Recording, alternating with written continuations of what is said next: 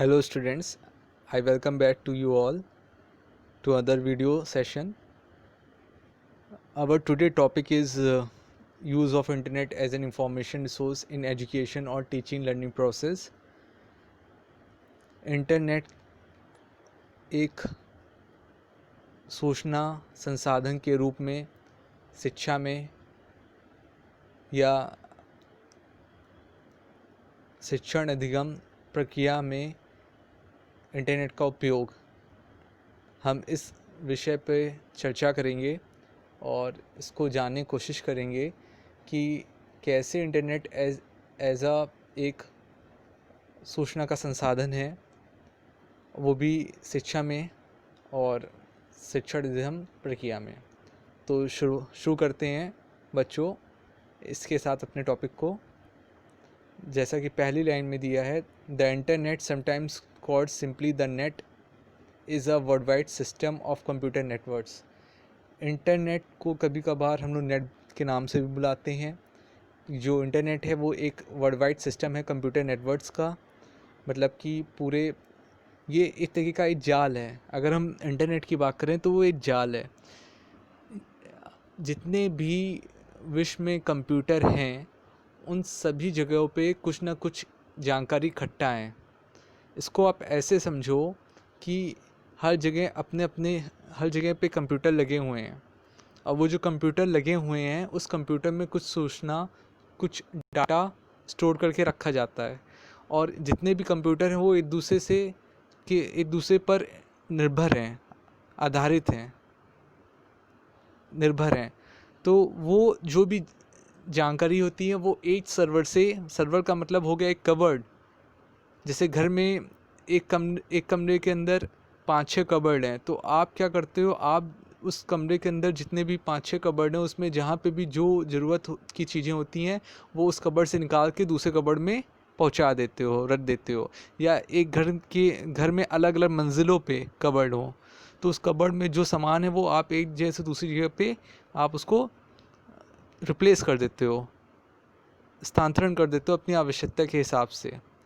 तो ये जो इंटरनेट है ये एक तरीके का जाल है सूचना का, और यहाँ पे पूरे विश्व में अलग अलग जगह पे सर्वर्स हैं। उस सर्वर्स में जो भी जानकारी हैं, जो भी वहाँ पे आंकड़े हैं या जो भी सूचनाएं हैं, वो सब एक जगह से हम एक्सेस करके दूसरी जगह पे अपने पास ले सकते हैं।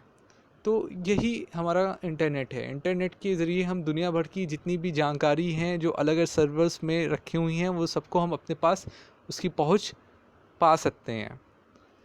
तो the internet sometimes called simply the net, internet को हम लोग सिंपली नेट भी बोलते हैं, is a world wide system of computer networks. ये पूरे संसार का प्रणाली है कंप्यूटर के नेटवर्क्स का। नेटवर्क्स के बारे में मैंने पिछले क्लास में आपको बताया भी था, लैन मैन वैन होता है।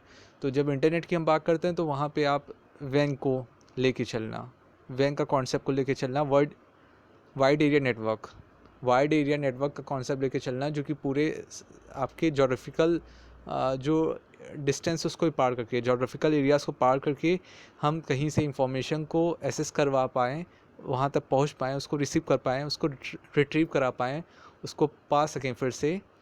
तो वो हमारा इंटरनेट की श्रेणी में आ जाएगा। नेटवर्क ऑफ नेटवर्क्स, हम इंटरनेट को नेटवर्क ऑफ नेटवर्क्स भी कह सकते हैं, क्योंकि यहाँ पे ढेर सारे जो कंप्यूटर हैं अलग अलग जगह पे हैं वो एक दूसरे से कहीं ना कहीं लिंक होते हैं, जुड़े होते हैं, उनमें कड़ी होती है, और उसी कड़ी के माध्यम से जो आपके सूचना है और जो डेटा हो है वो ट्रांसमिट होता है और रिसीव होता है।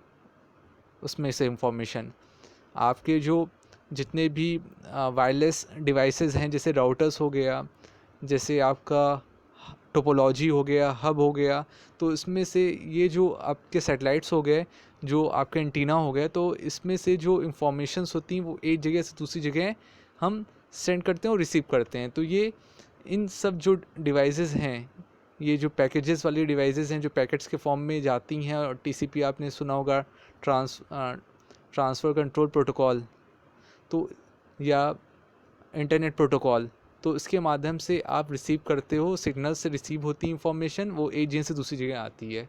खैर आपके सिलेबस में इंटरनेट की वर्किंग नहीं पूछी जाएगी, इसलिए मैं इसमें डीप में नहीं जाना चाहता हूँ। क्योंकि इंटरनेट की कार्यशैली नहीं पूछी जाएगी, बट मैं आपको बताना चाहता हूँ कि इंटरनेट कैसे काम करता है। जो सिग्नल्स होते हैं उससे इंफॉर्मेशन एक जगह से दूसरी जगह जाती है। Internet is a means of connecting a computer to any other computer located anywhere in the world via dedicated routers and servers. जो इंटरनेट है वो एक ज़रिया है कनेक्ट करने का, आपस में जुड़ने का कंप्यूटर का, एक कंप्यूटर का दूसरे कंप्यूटर से, और वो कंप्यूटर कहीं पे भी हो, मतलब वो दोनों कंप्यूटर कहीं भी मौजूद हों। सपोज़ कीजिए एक कंप्यूटर आपके सिटी में है जो कि प्रयागराज है, और दूसरा जो कंप्यूटर इस समय जिससे हम कनेक्ट कर रहे हैं वो मान लीजिए न्यूयॉर्क में है, न्यूयॉर्क अमेरिका में। तो इतना जो डिस्टेंस है करोड़ करोड़ किलोमीटर का, करोड़ किलोमीटर का, वो हमारा ये जो आपके सेटेलाइट्स हैं, ये जो आपके वायरलेस सिग्नल्स हैं, उसके थ्रू कैच करके एक दूसरे से एक जगह से दूसरी इंफॉर्मेशंस एक्सेस हो जाएगी।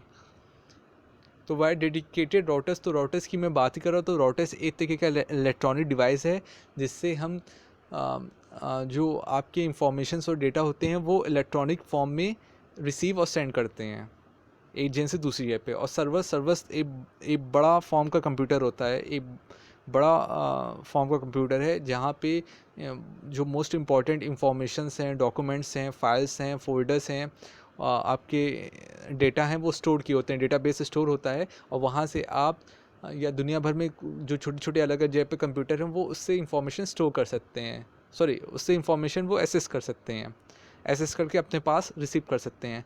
आप जितने भी काम जो गूगल पे आप टाइप करके उसको टाइप करके सर्च करते हो, उसके बाद वेबसाइट्स आती हैं, वेबसाइट्स को आप फिर जो आपको इंटरफेस शो होता है, इंटरफेस में आप वेबसाइट्स के नाम पढ़ते हो, वो वेबसाइट को क्लिक करते हो, क्लिक करके वो वेब पेज या होम पेज खुल जाता है, उस वेबसाइट का होम पेज खुलता है, उससे इंफॉर्मेशन को आप रिट्रीव करते हो, आप उसको प्राप्त करते हो, तो वो सब कहीं ना कहीं एक सर्वर में स्टोर होता है। तो सर्वर का एग्जांपल मैंने आपको पहले ही बताया कि वो एक तरीके का कबर्ड है, उस कबर्ड के अंदर ढेर कोई भी एक कबर्ड है जहाँ से आपको बहुत सी चीज़ों की ज़रूरत होती है, तो आप मतलब जो भी आपके डेली एक्टिविटीज़ के सामान है जिसकी आपको ज़रूरत होती है वो आप अपने कबर्ड में स्टोर करते हो, और जब आपको ज़रूरत होती है वहाँ से वो आप निकाल के रिट्रीव कर लेते हो।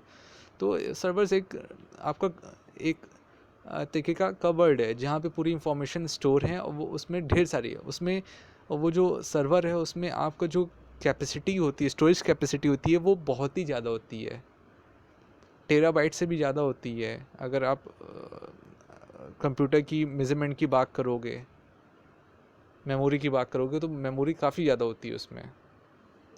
Okay, internet is a network of the interlinked computer networking world wide that is accessible to the general public.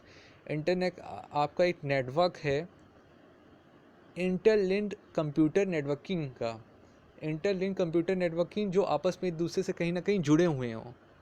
जैसे मैंने जाल बोला था आपसे, जाल क्या होता है? जाल मतलब कि आपने अगर जाल को देखा हो तो जाल जहाँ पे फैला जाता है तो उससे उसके आसपास की जितनी भी चीज़ें होती हैं वो कहीं ना कहीं उससे संपर्क बना के उसको अपने पास, उससे इंफॉर्मेशन को वो जहाँ पे पड़ता है उसके पास की जो चीज़ें होती हैं वो इकट्ठा करके उसको अपने पास ले आता है।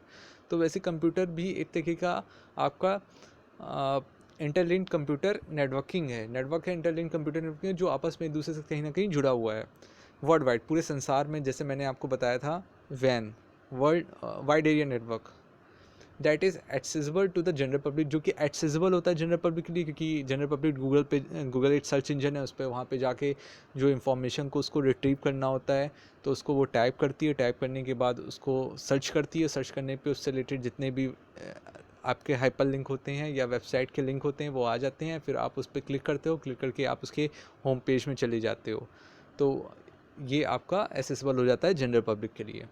Internet was conceived by the Advanced Research Projects Agency of the US government in 1969 and was first known as the ARPANET। जो इंटरनेट था वो सबसे पहले कंसीव किया गया, मतलब कि ये शब्द उपयोग किया गया एडवांस रिसर्च प्रोजेक्ट एजेंसी के द्वारा। ये एक तरीके की आपकी प्रोजेक्ट एजेंसी है वो, और ये है आपकी यूएस गवर्नमेंट की। यूएस गवर्नमेंट ने सबसे पहली बार अपनी एक एजेंसी को बनाया था, उसका नाम एडवांस रिसर्च प्रोजेक्ट एजेंसी रखा था, और 1969 की बात है, और उन्होंने उसको नाम दिया था अर्पानेट। तो अर्पानेट से ही कहीं ना कहीं आपके इंटरनेट का ओरिजिन की शुरुआत हुई थी, उसके अस्तित्व का निर्माण हुआ था इंटरनेट का। The internet has established itself as the most widely used information resource by all kinds of people for a variety of reasons।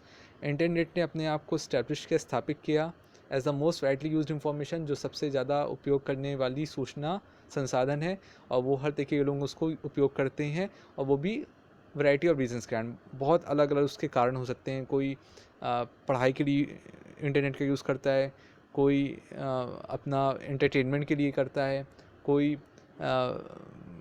कोई मूवीज़ देखने के लिए करता है, कोई सॉन्ग सुनने के लिए करता है, कोई रेसिपी देखने के लिए करता है, कोई स्पिरिचुअल प्रोग्राम्स को देखने के लिए करता है, कोई मार्केट्स की न्यूज़ के बारे में जानने के लिए सर्च करता है। तो एन नंबर ऑफ केसेस हैं जिसके लिए इंटरनेट का यूज़ किया जाता है। Reasons, there are all kinds and types of information sources available on the internet.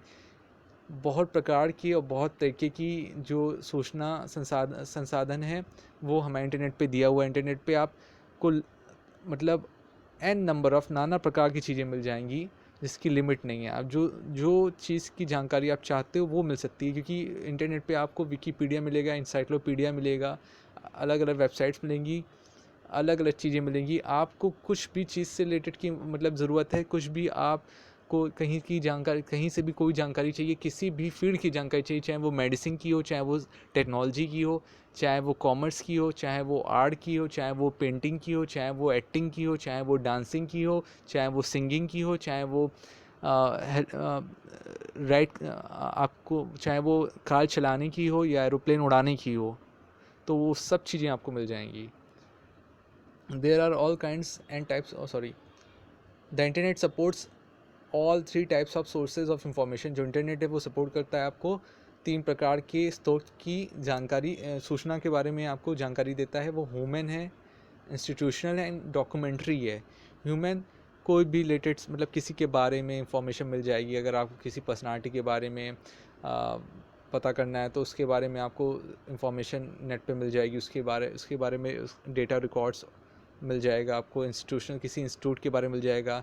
अगर आप टाइप करना चाहोगे कि मुझे आईएएस करना है, या मुझे पीसीएस बनना है, मुझे सीए करना है, या मुझे सीएस करना है, मुझे होटल मैनेजमेंट करना है, या मुझे इंजीनियरिंग करना है, या मुझे एमसीए करना है, या मुझे चार्टर्ड फाइनेंशियल बनना है, तो ये सब की इंफॉर्मेशन आपको इंस्टीट्यूशनल उससे रिलेटेड जो इंस्टीट्यूशन हैं जो कि ये कोर्स कराते हैं उसमें जाके आपको वहाँ से मिल जाएगी। या जहाँ से आपको एडमिशन लेना है, अगर आप सपोज़ कीजिए आपको एमबीए करना है, तो एमबीए के लिए आप सब आईएम्स के बारे में इंफॉर्मेशन ले रहे हो, और अलग अलग इंस्टीट्यूट के बाबू नरसी दास है, या यूनाइटेड है, या इलाहाबाद यूनिवर्सिटी है, या आपके दिल्ली यूनिवर्सिटी है, या आपकी बेंगलोर यूनिवर्सिटी है, नारसी मोहनजी मुंबई की यूनिवर्सिटी है, वहाँ से करना चाहते हो, या हिंदू कॉलेज से करना चाहते हो, मिरिंडा कॉलेज से करना चाहते हो, तो इन इंस्टीट्यूट्स के बारे में भी आपको इंफॉर्मेशंस वहाँ अवेलेबल हो जाएंगी। आप उसको एसेस करके उससे रिलेटेड वहाँ पे क्या वहाँ का इंफ्रास्ट्रक्चर क्या है, वहाँ की फैकल्टी कैसी है, वहाँ का प्लेसमेंट कैसा है, वहाँ का एकेडमिक स्टफ़ कैसा है, तो उसके बारे में इंफॉर्मेशन आपको मिल जाएगी। एंड डॉक्यूमेंट्री, किसी पर्सन से रिलेटेड डॉक्यूमेंट्री की इंफॉर्मेशन भी आपको मिल जाएगी, या किसी कम्युनिटी एक्टिविटी को लेकर कोई डॉक्यूमेंट्री बनाई गई हो, या किसी जो सोसाइटी वेलफेयर जो चीज़ें हैं उसको लेकर अगर कुछ डॉक्यूमेंट्री बनाई गई है तो उसकी उससे रिलेटेड वर्क भी आपको इंटरनेट पे मिल जाएगा। Internet information sources can be defined as resources including documents and non documents in electronic format that provide information और an indicator to the information and are accessible over the internet. जो internet सूचना संसाधन है उसको define किया गया है, उसको परिभाषित किया गया है कि ये वो संसाधन है जिसमें आपके दोनों चीज़ आ जाएंगे, मतलब डॉक्यूमेंट्स भी आएगा और नॉन डॉक्यूमेंट्स भी आएगा इन इलेक्ट्रॉनिक फॉर्मेट, जो कि इलेक्ट्रॉनिक फॉर्म में होगा क्योंकि आप वो नेट के थ्रू आप कर रहे हो, तो इसलिए आप क्योंकि कहीं ना कहीं इलेक्ट्रिसिटी का कंजप्शन होता है उसके थ्रू वो ये मतलब वर्क करता है। ये एक इलेक्ट्रॉनिक मशीन, इंटरनेट आपका कंप्यूटर के माध्यम से हम इंटरनेट को यूज़ करते हैं। कंप्यूटर एक प्लेटफॉर्म है और इंटरनेट एक आपकी रेलगाड़ी है जिसमें आप काम करोगे। तो दैट प्रोवाइड इंफॉर्मेशन, जो हमको जानकारी मुहैया कराती है, और an indicator to the information, वो इंडिकेटर भी आपका है उस सूचना को लेके, and are accessible over the internet, और वहाँ तक हम एसेसिबल भी हैं, हम पहुँच भी सकते हैं इंटरनेट पे।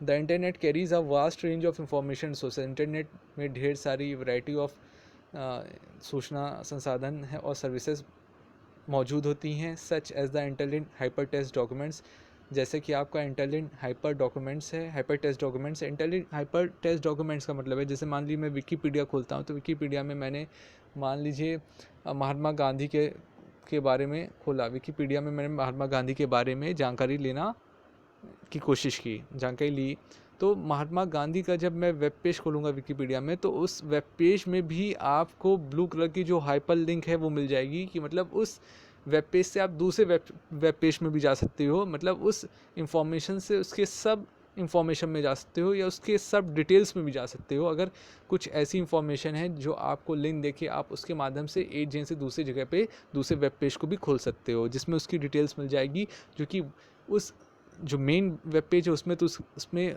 पूरा डिटेल में नहीं दिया है, मगर उस लिंक के थ्रू आप जब जाओगे तो उसमें डिटेल्स में आपको दूसरे जगह पे मिल जाएंगी। तो ये आपका एक तरीके का इंटरलिंक हाइपरटेक्स्ट डॉक्यूमेंट्स है वर्ल्ड वाइड वेब में।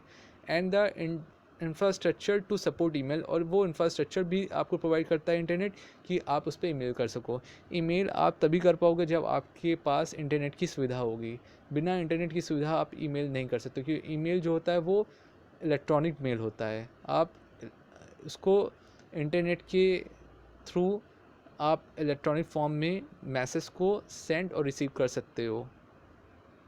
There are plenty of options in internet which may be use for your educational purpose. बहुत ढेर सारे ऑप्शंस हैं हमारे पास इंटरनेट पे, जिसको हम उपयोग करते हैं अपने शैक्षिक उद्देश्य के लिए। Internet information sources including, internet पे जो इंफॉर्मेशन सूचना संसाधन है उसमें आपके ई जर्नल्स आता है, ई बुक आता है, e books, electronic reference sources उसमें आएंगे आपके। ऑनलाइन डेटाबेस की बात करेगा जो ऑनलाइन बना के रखा हुआ है। ऑनलाइन कोर्स वेयर भी है, बहुत ढेर सारे कोर्सेज चल रहे हैं, तो उसमें आप कर सकते हो। जैसे आपके स्वयं में ढेर सारे हैं। ई पी जी पाठशाला है, ई पी जी पाठशाला में आप ई पी जी पाठशाला में जाके वहाँ से आप कोर्सेज़ को एक्सेसिबल कर सकते हो, देख सकते हो। कोर्सेरा है, वहाँ से आप कुछ कोर्सेज़ ले सकते हो। यूडेमी है, यूडेमी में भी कोर्सेज़ चलते हैं। ऑनलाइन वीडियो ट्यूटोरियल्स, आपके ऑनलाइन वीडियो ट्यूटोरियल्स भी हैं, बहुत से इंस्टीट्यूट ने अपने खुद के वीडियोज़ आपके अपडेट कर दिए, अपडेट कर दिए हैं। उसको अपनी जो यूनिवर्सिटी हैं, अपने खुद के जो वेबसाइट्स हैं यूनिवर्सिटी की, उसमें वो वीडियोज़ जो हैं ट्यूटोरियल्स के, ऑनलाइन वीडियो ट्यूटोरियल्स, उन्होंने उसको अपलोड कर दिया है। अपलोड करने के बाद आप उसमें जाके उस वीडियो को जो अपलोड किया हुआ उसको देख के आप उससे उस विषय से रिलेटेड जो अपनी जिज्ञासा है, जो अपनी जो भी उस अपनी ज़रूरत है उसको पूरा कर सकते हो आप। इसी तरीके आपका प्रिंट ऑन डिमांड है, टेक्निकल रिपोर्ट है, डिस्कशन ग्रुप्स है, इलेक्ट्रॉनिक थीसिस एंड डिसर्टेशंस हैं। आजकल जो थीसिस एंड डिसर्टेशंस है वो ऑनलाइन सबमिट हो रही है, और उसके पूरा आपका शोध गंगा नाम का आपका एक इलेक्ट्रॉनिक प्लेटफॉर्म है। वहाँ पे आप जितनी भी थीसिस और डिसर्टेशंस हैं वो वहाँ पे आपके अपलोड हैं। आप वहाँ से जाके किसी की भी थीसिस और डिसर्टेशंस को आप एक्सेसिबल कर सकते हो। तो ये शोध गंगा में आपको ये फैसिलिटी प्रोवाइड होती है। और आपका गूगल स्कॉलर भी है, गूगल स्कॉलर में भी आपको जो काफ़ी कुछ आपके जो डिसर्टेशंस और थीसिस हैं वो आपके ऑनलाइन स्टोर करके रखे हुए हैं, अपलोड हैं वो, और आप वहाँ से भी उसको एक्सेसिबल कर सकते हो। Electronic materials, career sources, information on education institutions and organisation extra, जानकारी आपको शैक्षणिक संस्थान और आपको ऑर्गेनाइजेशंस की भी मिल जाएगी। तो सबसे पहले अब बात करते हैं टाइप्स ऑफ इलेक्ट्रॉनिक रिसोर्सेज, कितने प्रकार के हमारे इलेक्ट्रॉनिक रिसोर्स संसाधन होते हैं। पहला, इलेक्ट्रॉनिक कॉन्फ्रेंसेस है। इलेक्ट्रॉनिक कॉन्फ्रेंसेस में हमारा आएगा electronic conferences variably known as electronic forums. Electronic conferences को हम इलेक्ट्रॉनिक फोरम्स भी बोलते हैं, इलेक्ट्रॉनिक यूज़र ग्रुप भी बोलते हैं, डिस्कशन ग्रुप्स भी बोलते हैं, वेब फोरम्स भी बोलते हैं, इंटरनेट फोरम्स भी बोलते हैं, मैसेज बोर्ड्स भी बोलते हैं, डिस्कशन बोर्ड्स भी बोलते हैं और बुलेटिन बोर्ड्स भी बोलते हैं। ये बहुत महत्वपूर्ण आपका संसाधन है रिसर्चर्स का, जो शोधार्थी हैं और जो स्कॉलर्स हैं हर एक डिसिप्लिन में, अपने अपने सब्जेक्ट्स में, अपने अपने एकेडमिक्स में। तो ये जितने भी आपको नाम मैंने गिनाए या बोले, ये सभी आप इलेक्ट्रॉनिक कॉन्फ्रेंसेस के लिए यूज़ कर सकते हो। इतने अलग प्रकार के नामों से इलेक्ट्रॉनिक कॉन्फ्रेंसेस को जाना जाता है। The conferences work by the distribution of information via email. जो कॉन्फ्रेंसेस है वो कार्य करती है, उसमें डिस्ट्रीब्यूट किया जाता है, बांटा जाता है, सूचना को ईमेल के थ्रू डिस्ट्रीब्यूट भेजा जाता है। But these are not life time conferences. ये हमारी लाइफ टाइम कॉन्फ्रेंसेज नहीं होती है, मतलब ये सिंक्रोनस कम्युनिकेशन नहीं है। सिंक्रोनस कम्युनिकेशन मतलब जो कि लाइफ टाइम चल रही होती है, जहाँ पे हम बातों को एक्सचेंज भी कर रहे होते हैं, बातों को रियल टाइम पे हमारी कम्युनिकेशंस हो रही होती हैं। जब हमारी कोई कम्युनिकेशंस रियल टाइम पे होती हैं, जहाँ पे जो आपका सेंडर है वो कोई क्वेश्चन सेंड करता है और रिसीवर जो है वो क्वेश्चंस को रिसीव करके उसका रिप्लाई देता है, तो वो सिंक्रोनस कम्युनिकेशन टेक्नोलॉजी आ जाता है, जहाँ पे रियल टाइम मोड पे कम्युनिकेशन हो रहा होता है। तो मगर ये जो हमारा ये जो इंफॉर्मेशंस जो डिस्ट्रीब्यूट होती है इलेक्ट्रॉनिक कॉन्फ्रेंसेस में, वो synchronous communication technology mode of delivery नहीं होती है। इसमें जो मोड ऑफ डिलीवरी होती है इलेक्ट्रॉनिक कॉन्फ्रेंसेस में इंफॉर्मेशंस को डिस्ट्रीब्यूट करने की, वो हमारी असिंक्रोनस कम्युनिकेशन टेक्नोलॉजी की होती है। ध्यान से सुनिए, असिंक्रोनस कम्युनिकेशन टेक्नोलॉजी की मोड ऑफ डिलीवरी होती है। मतलब जो हम जानकारी होती है वो एक तरीके से जहाँ पे जो यूज़र होता है जिसको क्वेश्चंस भेजना होता है वो भेज देता है, उसके बाद जो रिसीवर होता है, यूज़र मतलब यहाँ सेंडर, जो इन्फॉर्मेशन होता है वो सेंड कर देता है, उसके बाद जो रिसीवर होता है वो अपने हिसाब से जब उसको टाइम मिलता है तो वो उस क्वेश्चंस को या मैसेज को पढ़ता है या टेक्स्ट को पढ़ता है, उसके बाद उसका वो रिप्लाई सेंडर को या यूज़र को सेंड करता है रिसीवर। तो एक तरीके का जो व्हाट्सअप ग्रुप है हमारा, जो व्हाट्सअप ग्रुप है वो कहने के लिए तो हम कह सकते हैं व्हाट्सअप ग्रुप हमारा सिंक्रोनस है।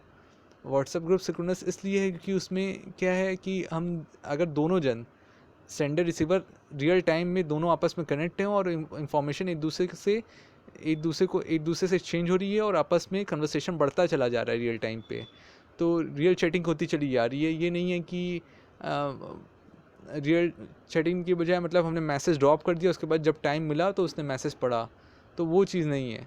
तो व्हाट्सअप तो हमारा एक तरीके का सिंक्रोनस कम्युनिकेशन टेक्नोलॉजी में आ जाएगा। असिंक्रोनस कम्युनिकेशन टेक्नोलॉजी में मेल आता है। ईमेल जो है वो असिंक्रोनस कम्युनिकेशन टेक्नोलॉजी में इसलिए आता है कि जब आपके पास कोई मेल आती है तो ऐसा नहीं है आप मेल आती है आप वैसे ही पता चल जाता है आप उसका रिप्लाई फट से कर देते हो, ऐसा होता है बट ये कोइंसिडेंट होता है। ज़्यादातर 100% में से 90% केसेस में हमारे पास ईमेल आता है और ईमेल आने के बाद हमको उसके 5-6 घंटे बाद या 1 घंटे बाद या 1 दिन बाद या 2 दिन बाद पता चलता है, तो हम उसको देखते हैं और देखने के बाद उसका रिप्लाई सेंड करते हैं।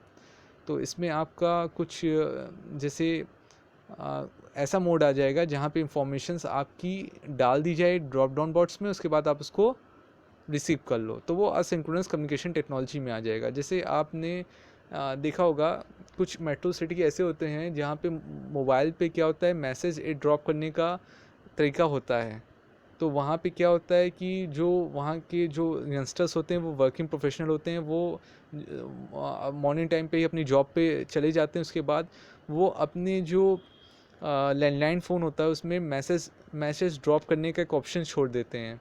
तो वहाँ पे होता क्या है कि जो भी उनसे कनेक्ट होता है बंदा या बंदी, जो भी उसको इन्फॉर्मेशन या उसके बारे में पता करना चाहता है उस पर्टिकुलर पर्सन के बारे में जो जॉब कर रहा है, तो वो मैसेज भेजता है उस इंसान को, और उसके बाद उस मैसेज का रिप्लाई उसे तब तो पता नहीं चलता क्योंकि वो अपने ऑफिस में होता है वो बंदा। जब वो अपने घर वापस लौट के आता है तो उसके बाद उसको ऑन करता है उस रिकॉर्ड को, मैसेज रिकॉर्डर को ऑन करता है, तो जितने लोगों ने अपने मैसेज को ड्रॉप किए थे वो एक एक करके उसके पास वो मैसेज एक एक करके वो मैसेज देने लगता है। वो मैसेज रिकॉर्ड उस पर्टिकुलर लैंडलाइन में या वो अलग से अगर as an device as an instrument अगर आता है तो वो उसको सुनता चला जाता है और उसके हिसाब से वो फिर रिप्लाई करता है फ़ोन करके या नेट के थ्रू या फेसबुक के थ्रू या ट्विटर के थ्रू या कोई माई space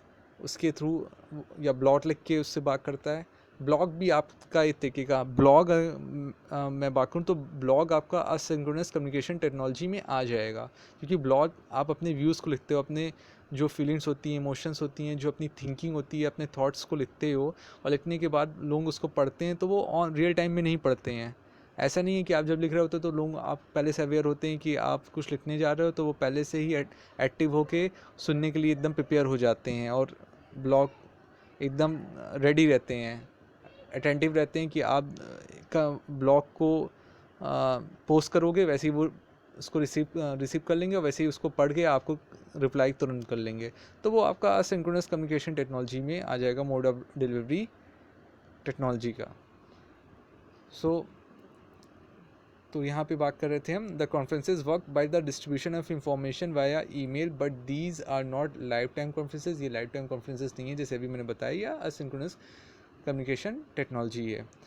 subscribers receive messages known as posting. Subscribers को मैसेज रिसीव्ड होते हैं जिसको वो पोस्टिंग बोलता है इलेक्ट्रॉनिक कॉन्फ्रेंसेज में। इन देयर ईमेल में जो मैसेज आता है उसको हम पोस्टिंग बोलते हैं। सब्सक्राइबर को मिलता है जो सब्सक्राइब किया रहता है इलेक्ट्रॉनिक कॉन्फ्रेंस को। The learning community can develop it's discussion groups and exchange messages. जो लर्निंग कम्युनिटी है वो डेवलप करता है अपना डिस्कशन ग्रुप्स को, एक्सचेंज करते हैं जो मैसेजेस होते हैं, और ज्वाइन करते हैं डिबेट्स को इंटरनेट के थ्रू ही करते हैं। इसको अगर आपने देखा होगा तो आपने देखा होगा आपका टाइम्स नाउ में या जी बिज़नेस में या आज तक में या इंडिया इंडिया NDTV इंडिया में, तो कभी कभी नेट के थ्रू जितने पॉलिटिकल पार्टीज़ होते हैं, कोई एक एजेंडा होता है, कोई एक टॉपिक होता है, उस पर वो टॉक करते हैं, कन्वर्सेशन करते हैं, डिबेट करते हैं, और जो न्यूज़ एंकर होता है वो तो अपने स्टूडियो पे होता है, और न्यूज़ एंकर के साथ एक या दो जन हो जो जिनको एज ए गेस्ट बुलाया गया होता है उस टॉपिक पे डिस्कशन करने के लिए, वो तो होते हैं। बाकी के जो होते हैं वो अपनी अपनी जगह पे वीडियो कॉन्फ्रेंसिंग या ऑडियो कॉन्फ्रेंसिंग के थ्रू बात कर रहे होते हैं। तो ये इस तरीके से ये आपका एक्सचेंज होता है मैसेज, और ज्वाइन करते हैं डिबेट्स में इंटरनेट के through. ICT facilitates discussion groups. ICT facilitates करता है हमें डिस्कशन ग्रुप्स में, which can enables its participants to exchange ideas, जो कि योग्य बना पाता है अपने पार्टिसिपेंट्स को जो कि उसमें पार्टिसिपेट करते हैं, ताकि वो एक्सचेंज कर सकें अपने आइडियाज़ को, अपने सजेशंस को, अपने विचार को, अपने विमर्श को, एंड डिस्कस एजुकेशनल या pedagogical issues over the internet. और वो डिस्कस कर सकें, व्याख्यान कर सकें कुछ एजुकेशन शैक्षिक या पेडागोजिकल इश्यूज़ को इंटरनेट के ऊपर। इंटरनेट के थ्रू ही वो आपस में एक दूसरे से किसी एक मतलब न्यू एजुकेशन पॉलिसी 2020 आई है, तो उसके बारे में जैसे डिस्कशन हो रहा है नेट पे, और जो अलग अलग हैं एक तरीके से। आपने वेबिनार कुछ समय पहले देखा होगा, वेबिनार काफ़ी अलग अलग जो इंस्टीट्यूट थे, कॉलेज इंस्टीट्यूट, वो ऑर्गेनाइज़ करा रहे थे, और उसमें काफ़ी लोग पार्टिसिपेट्स कर रहे थे, और पार्टिसिपेंट्स जो हो रहा था वो आपका वीडियो कॉन्फ्रेंसिंग एप्लीकेशन के थ्रू हो रहा था, वो चाहे जूम हो, चाहे वो गूगल मीट हो, चाहे वो आपका माइक्रोसॉफ्ट फ्रीडम हो। तो उसमें आके वो आपस में एक दूसरे से एक्सचेंज कर रहे थे अपने आइडियाज़ को, अपने थॉट्स को उस पर्टिकुलर टॉपिक को लेके। Some example of discussion forums are, कुछ एग्जाम्पल जो डिस्कशन फोरम्स के हैं वो मणिपाल एकेडमी है, Manipal academy of higher education discussion board. ये एक आपका इलेक्ट्रॉनिक डिस्कशन बोर्ड का नाम है, जो कि Manipal academy of higher education discussion board. Second आपका directorate of technical education discussion forum etcetera. Second आपका जो इलेक्ट्रॉनिक कॉन्फ्रेंसेज है वो है directorate of technical education discussion forum, जहाँ पे आपका टेक्निकल एजुकेशन से रिलेटेड जो इंफॉर्मेशंस होती हैं या जो आपकी जो डेटा होते हैं, जो उससे रिलेटेड इवेंट्स होते हैं, उसके बारे में आपस में डिस्कस किया जाता है, एक्सचेंज किया जाते हैं आइडियाज़। सेकेंड जो टाइप्स है हमारा इलेक्ट्रॉनिक रिसोर्सेज का, वो है courseware and tutorials. Courseware and tutorials, the web based educational tutorials और गाइड्स कॉल्ड ऑनलाइन कोर्सवेयर। जो वेब आधारित शैक्षिक ट्यूटोरियल्स या गाइड्स हैं उसको हम ऑनलाइन कोर्सवेयर कहते हैं, जो प्रोवाइड करता है हायर डिग्री ऑफ इंटरएक्टिविटी, जो प्रोवाइड करता है आपको हायर डिग्री ऑफ इंटरएक्टिविटी। क्योंकि जब आप ये कोर्सवेयर या ट्यूटोरियल्स देख रहे होते हैं तो आपको ऐसा फील हो रहा होता है कि आप वर्चुअल क्लासरूम में ना हो के रियल क्लासरूम में हो, रियल जो रियल या फेस टू फेस क्लासरूम होती है या फिजिकल क्लासरूम होती है, वहाँ पे आपको ऐसा फील हो रहा होता है, क्योंकि वहाँ पे जो आपके कोर्स वेयर भी है, उसमें भी जो आपका जो कोर्स इंस्ट्रक्शन डिज़ाइन होता है वो इतना फ्लेक्सिबल होता है और इतना बढ़िया होता है कि ऐसा लग रहा होता है, इतना सिस्टमैटिक होता है कि स्ट्रक्चरल इस टाइप का अरेंजमेंट होता है कि ऐसे आपको लग रहा होता है कि नॉर्मल क्लासरूम में जैसे टीचर बिहेव करता है और बच्चे आपस में एक्सचेंज करते हैं, टीचर क्वेश्चन रेज करता है और बच्चे उसका आंसर देते हैं, और टीचर अपनी बात को जिस तरीके से रखता है उस हिसाब से बच्चे भी उस हिसाब से सुन रहे होते हैं, उसको समझ रहे होते हैं। तो एक ऐसा इन्वायरमेंट आपको क्रिएट कर देता है कि आपको नेचुरल इन्वायरमेंट लगता है, जो नेचुरली इन्वायरमेंट है, जो कि आर्टिफिशियल कहीं से नहीं लग रहा होता है। टीचर का पढ़ाने का ढंग और उसके जो आपका जो एक तरीके से बॉडी लैंग्वेज है टीचर की या बच्चों की बॉडी लैंग्वेज या जो आपका जो आपस में आई कांटेक्ट हो रहा है, आपका फेशियल एक्सप्रेशन है, वो ऐसे लग रहे होते हैं कि आपको लग ही नहीं रहा होता है कि वो जो टीचर है वो कैमरे के सामने खड़े होकर उसने वीडियो बनाई है, वीडियो बना के उसने उस पर्टिकुलर सब्जेक्ट या कोर्स को समझाया हो। ऐसा लग रहा है कि रियल टाइम में पढ़ा रहा हो। उसका जो वर्बल कम्युनिकेशन है और नॉन वर्बल कम्युनिकेशन है, और पूरा एक तरीके से वो बॉडी लैंग्वेज जो है वो कहीं से आपको लगेगी नहीं कि वो एक तरीके का कोर्सवेयर या ट्यूटोरियल्स में आप पढ़ रहे हो। That provide high degree of interactivity. High degree of interactivity होती है क्योंकि उसमें आप जो कोर्सवेयर है उसमें कोर्स में टीचर पढ़ा रहा होता है और स्टूडेंट्स उसको सुन भी रहे होते हैं, और कोई भी क्वेश्चन टीचर पढ़ाते समय कोई भी अगर कहीं पे कन्फ्यूज़न होता है तो स्टूडेंट्स उसको पूछ भी सकते हैं। फ्लेक्सिबिलिटी भी है। फ्लेक्सिबिलिटी इस प्रकार है कि आपकी सेल्फ लर्निंग होती है, इसमें सेल्फ पेस लर्निंग आप करते हो, सेल्फ इंडिविजुअलाइज इंस्ट्रक्शन है आपका, आप अपने हिसाब से इसको चलाते हो, इसको यूज़ करते हो, और अपनी जो आपका जो स्पीड होती है, जो आपका स्टाइल होता है, उसके हिसाब से आप यहाँ पे अधिगम को करते चले जाते हो। And benefit of self pace to the users. और बेनिफिट होता है सेल्फ पेस होता है यूज़र्स का, उसको जितना समय देना है, जितने टाइम जितना उसको कंटेंट समझ में आ रहा है, उसको अपने हिसाब से वो उसको देखता है, उसको सीखता है, और उसको फिर उसका अभ्यास करता है या उसका प्रशिक्षण करता है, और फिर उसके बाद वो आगे का कंटेंट को देखता है। जब उसमें वो मास्टरी पा जाता है जिसको उसने देखा था, तो वो फिर आगे के लिए मूव करता है। The courseware available on the internet varies to great extent. जो कोर्सवेयर हमको इंटरनेट पे अवेलेबल हैं वो वेरी करते हैं, वो वेरी मतलब वो अंतर करते हैं ग्रेट एक्सटेंट में, उसमें अंतर होता है। In terms of their coverage and quality, उनके कवरेज में और क्वालिटी में अंतर होता है। जैसे मैंने आपको बताया कोर्सवेयर आपका ज्ञान दर्शन है, ज्ञान धारा है, तो ये जो इग्नू के चैनल्स हैं वहाँ पे टीचर आपको ऑनलाइन आपको वीडियो बना के उन्होंने दे दिया, वो वीडियो आपके टेलीकास्ट होते हैं ज्ञान दर्शन में या ज्ञान धारा में। अगर आप वो चैनल को एक्सेसिबल कर लेते हो और अपने जो आपके घर में टीवी है उसके माध्यम से उसको देखते हो, तो आप उससे भी सीख जाते हो। इसके अलावा एक इंटरेक्टिव टेलीविज़न आता है, इंटरेक्टिव टेलीविज़न भी एक कॉन्सेप्ट है, उसमें भी आप उससे भी चीज़ों को सीखते हो।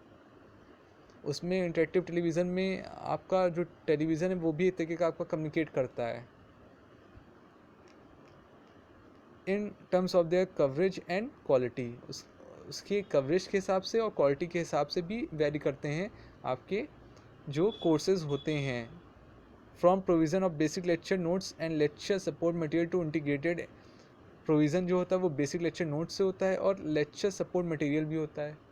बेसिक लेक्चर उसने टीचर ने दिया, उसके बाद उसका पीडीएफ का फॉर्म में आप उसके जो बेसिक लेक्चर नोट्स हैं वो भी आपको मिल जाएगा। एंड लेक्चर सपोर्ट मटेरियल, और लेक्चर सपोर्ट मटेरियल भी आपको प्रोवाइड कर दिया जाएगा। जो टीचर ने कंटेंट को पढ़ाया उसकी आपको एक कॉपी के फॉर्म में पीडीएफ के फॉर्म में कॉपी मिल जाएगी, जिसको आप डाउनलोड करके उस पूरे कंटेंट के बारे में आप एक तरीके के नोट्स अपने बना सकते हो। उसको देख के उसके हिसाब उसको कॉपी कर सकते हो, या उससे जो आपके मतलब की चीज़ें उसको लेके आप और भी चीज़ें उसमें आप मिक्स कर सकते हो और भी चीज़ें ऐड ऑन कर सकते हो अपने हिसाब से। And highly interactive tutorial packages, और हाईली इंटरेक्टिव ट्यूटोरियल पैकेजेस होते हैं जो कि आप जिसको आप यूज़ करके चीज़ें सीख सकते हो। Institutions of higher learning, especially distant and continuing educational department, are actively supporting and contributing to the development and implementation of computer-assisted instructions and multimedia courseware.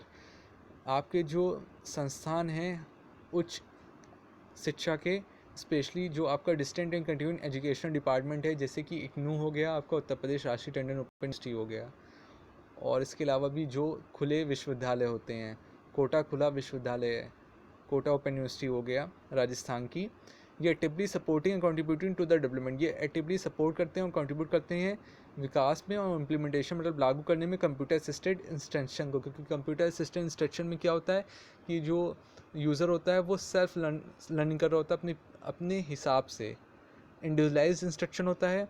जो यूज़र होता है वो उस पर्टिकुलर इंस्ट्रक्शंस पर्टिकुलर प्रोग्राम को खोलता है, जिसको मैंने फ्रेम बताया था आपको, और उसमें जो पैराग्राफ्स होता है उसको रीड आउट करता है। रीड आउट करने पे उसको समझने के बाद उससे रिलेटेड क्वेश्चंस होते हैं, उस क्वेश्चंस के आंसर्स को लिखता है और उसको सबमिट करता है, और जितने सही होते हैं तो ठीक है, अगर कुछ गलत होता है तो उसको कंप्यूटर एज ए फीडबैक बताता है कि आप ये आपका आंसर्स गलत है, बोलेगा नहीं, मतलब वो आपको आंसर्स दे देगा ये गलत है।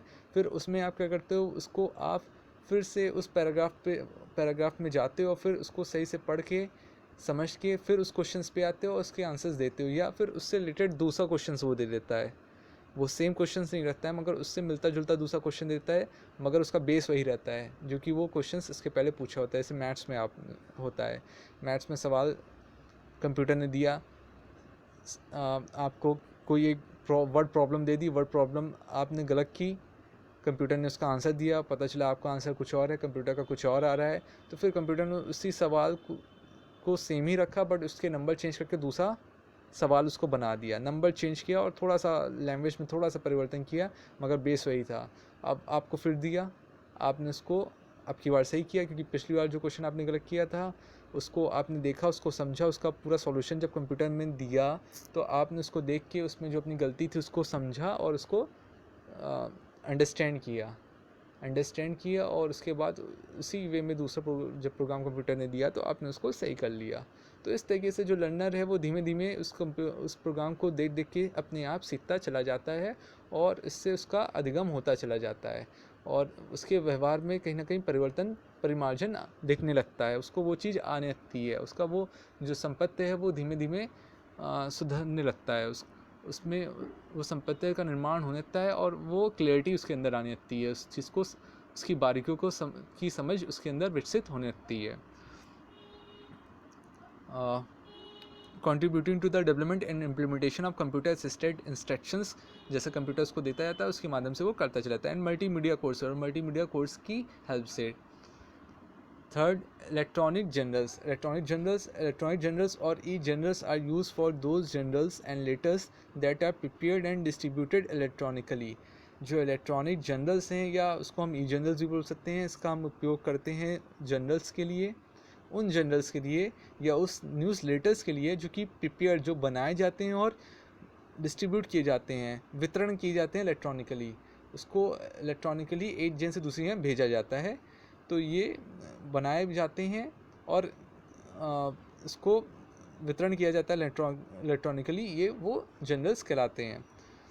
इलेक्ट्रॉनिक जर्नल्स में भी defined very broadly as any journal. Electronic journals को हम डिफाइन कर सकते हैं व्यापक रूप में, कोई भी जर्नल या मैगज़ीन या कोई न्यूज़लेटर या किसी प्रकार का इलेक्ट्रॉनिक सीरियल पब्लिकेशन।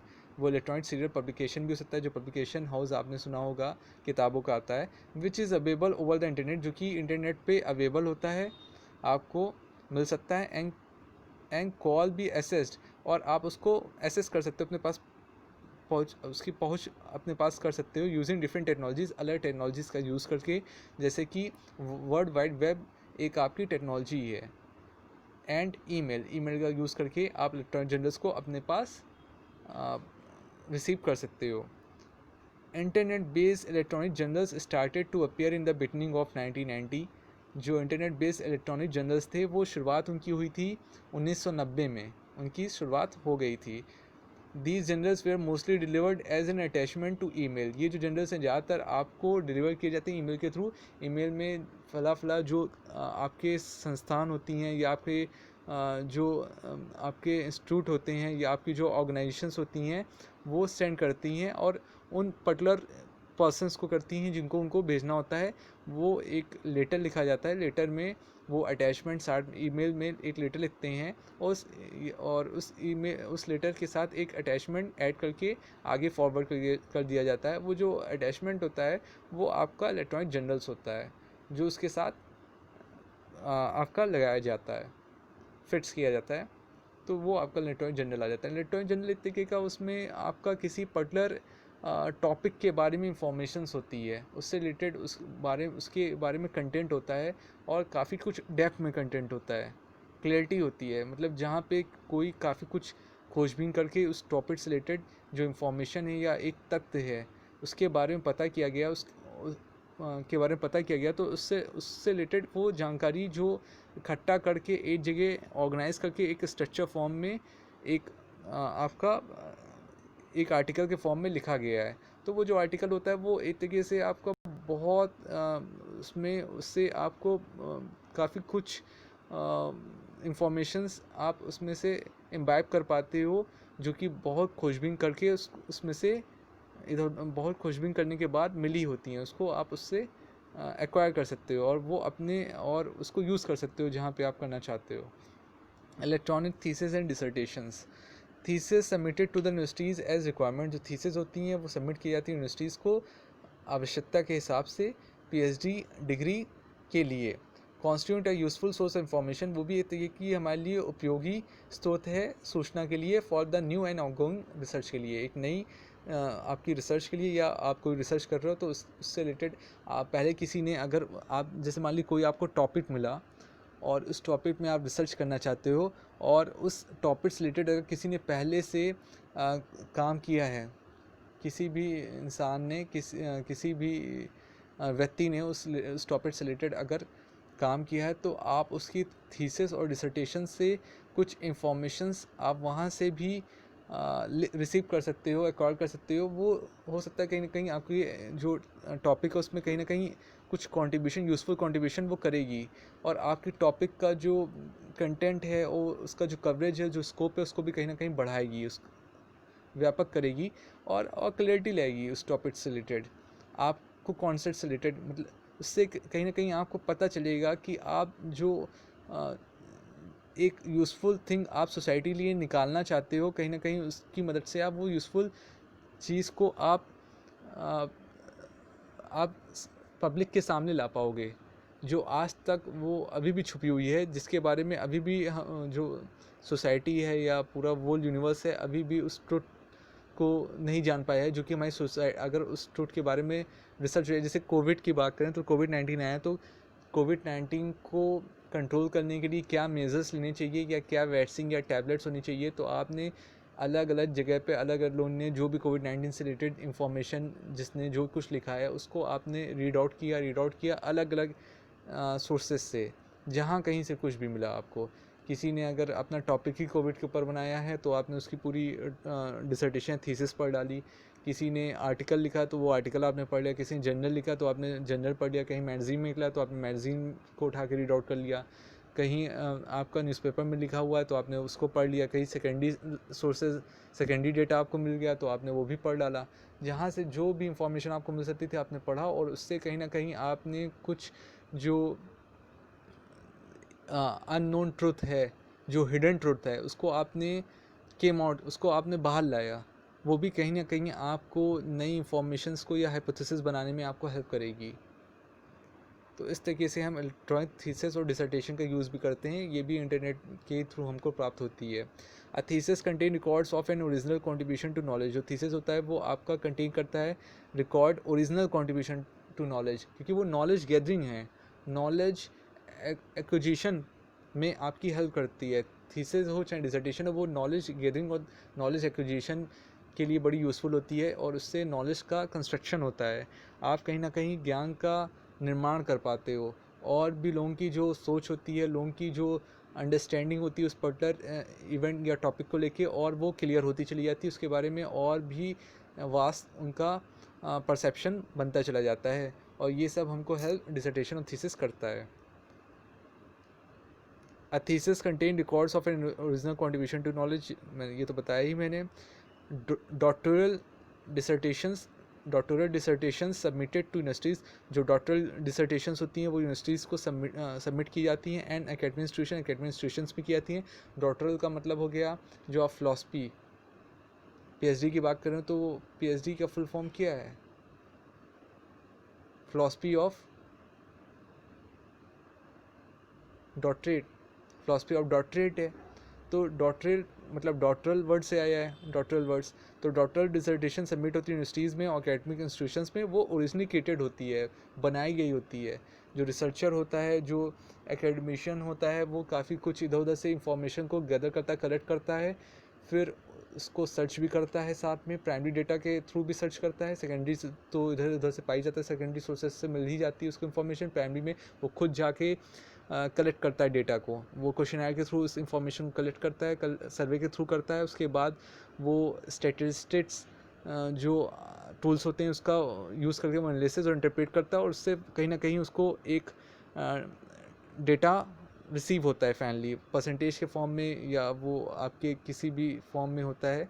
और वो कहीं ना कहीं हेल्पफुल होता है उस प्रॉब्लम को समझने के लिए, उस स्टडी को जानने के लिए, उसकी इंटेंसिटी को समझने के लिए.